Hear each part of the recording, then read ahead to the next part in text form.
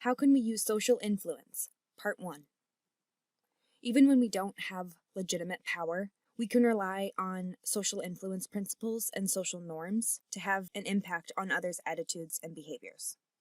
For instance, when managing up or working with a colleague, you can have more of an impact when you've developed a genuine relationship with these people. Social influence is defined as the various ways in which we are affected by the presence of others.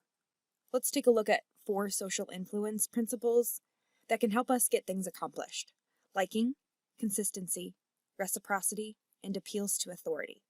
Liking is the first principle. In general, we tend to have more influence when people like us.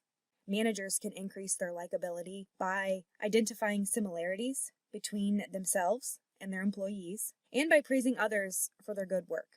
Consistency is the next principle. Simply put, we are creatures of habit, and we tend to choose options that are consistent with our past behaviors. One strategy that managers might find useful, especially in negotiations with other parties, is the foot in the door technique. Using this strategy, we gain commitment to a small request before making a larger request. For instance, you might ask an employee to set a goal for the quarter. Once the employee commits to this request, you might then ask the same employee to help their colleagues set goals too. The reciprocity principle says we have a desire to repay others for the good things they do for us. When someone gives us a gift, for example, we want to return the favor. Managers can use this principle by supporting their employees, being available to them, and going the extra mile for them. Not only is this the right thing to do, but it also means the employees are more likely to reciprocate and treat their managers in the same way. The 4th and final principle is appeals to authority. We tend to rely on the opinions of experts and authority figures to make decisions. Managers should express their expertise in a way that makes other people want to listen to them. Without bragging, they need to articulate the reasons they are a valuable source of information.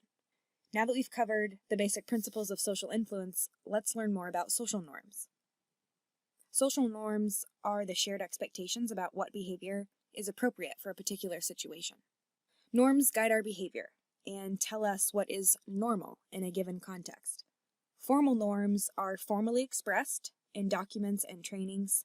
Examples of formal norms include expectations about the dress code and social media usage. Other norms are more informal and not communicated explicitly. Here are a few examples. Arrive early, treat others with respect, and don't complain. If we want to influence people, we have to understand the formal and informal norms at play before we can expect people to conform to or resist these norms. Imagine social loafing is a problem in your department. Consider how the organization's policies, performance management system, and work structure might play a role. Is it common knowledge that employees don't have to contribute to the team to get their paychecks? Are there formal disciplinary policies aimed at reducing this problem?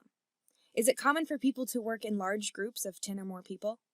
Any one of these norms or expectations could actually encourage the problem to continue. The main idea here is that managers can use influence principles and social norms to shape people's behaviors.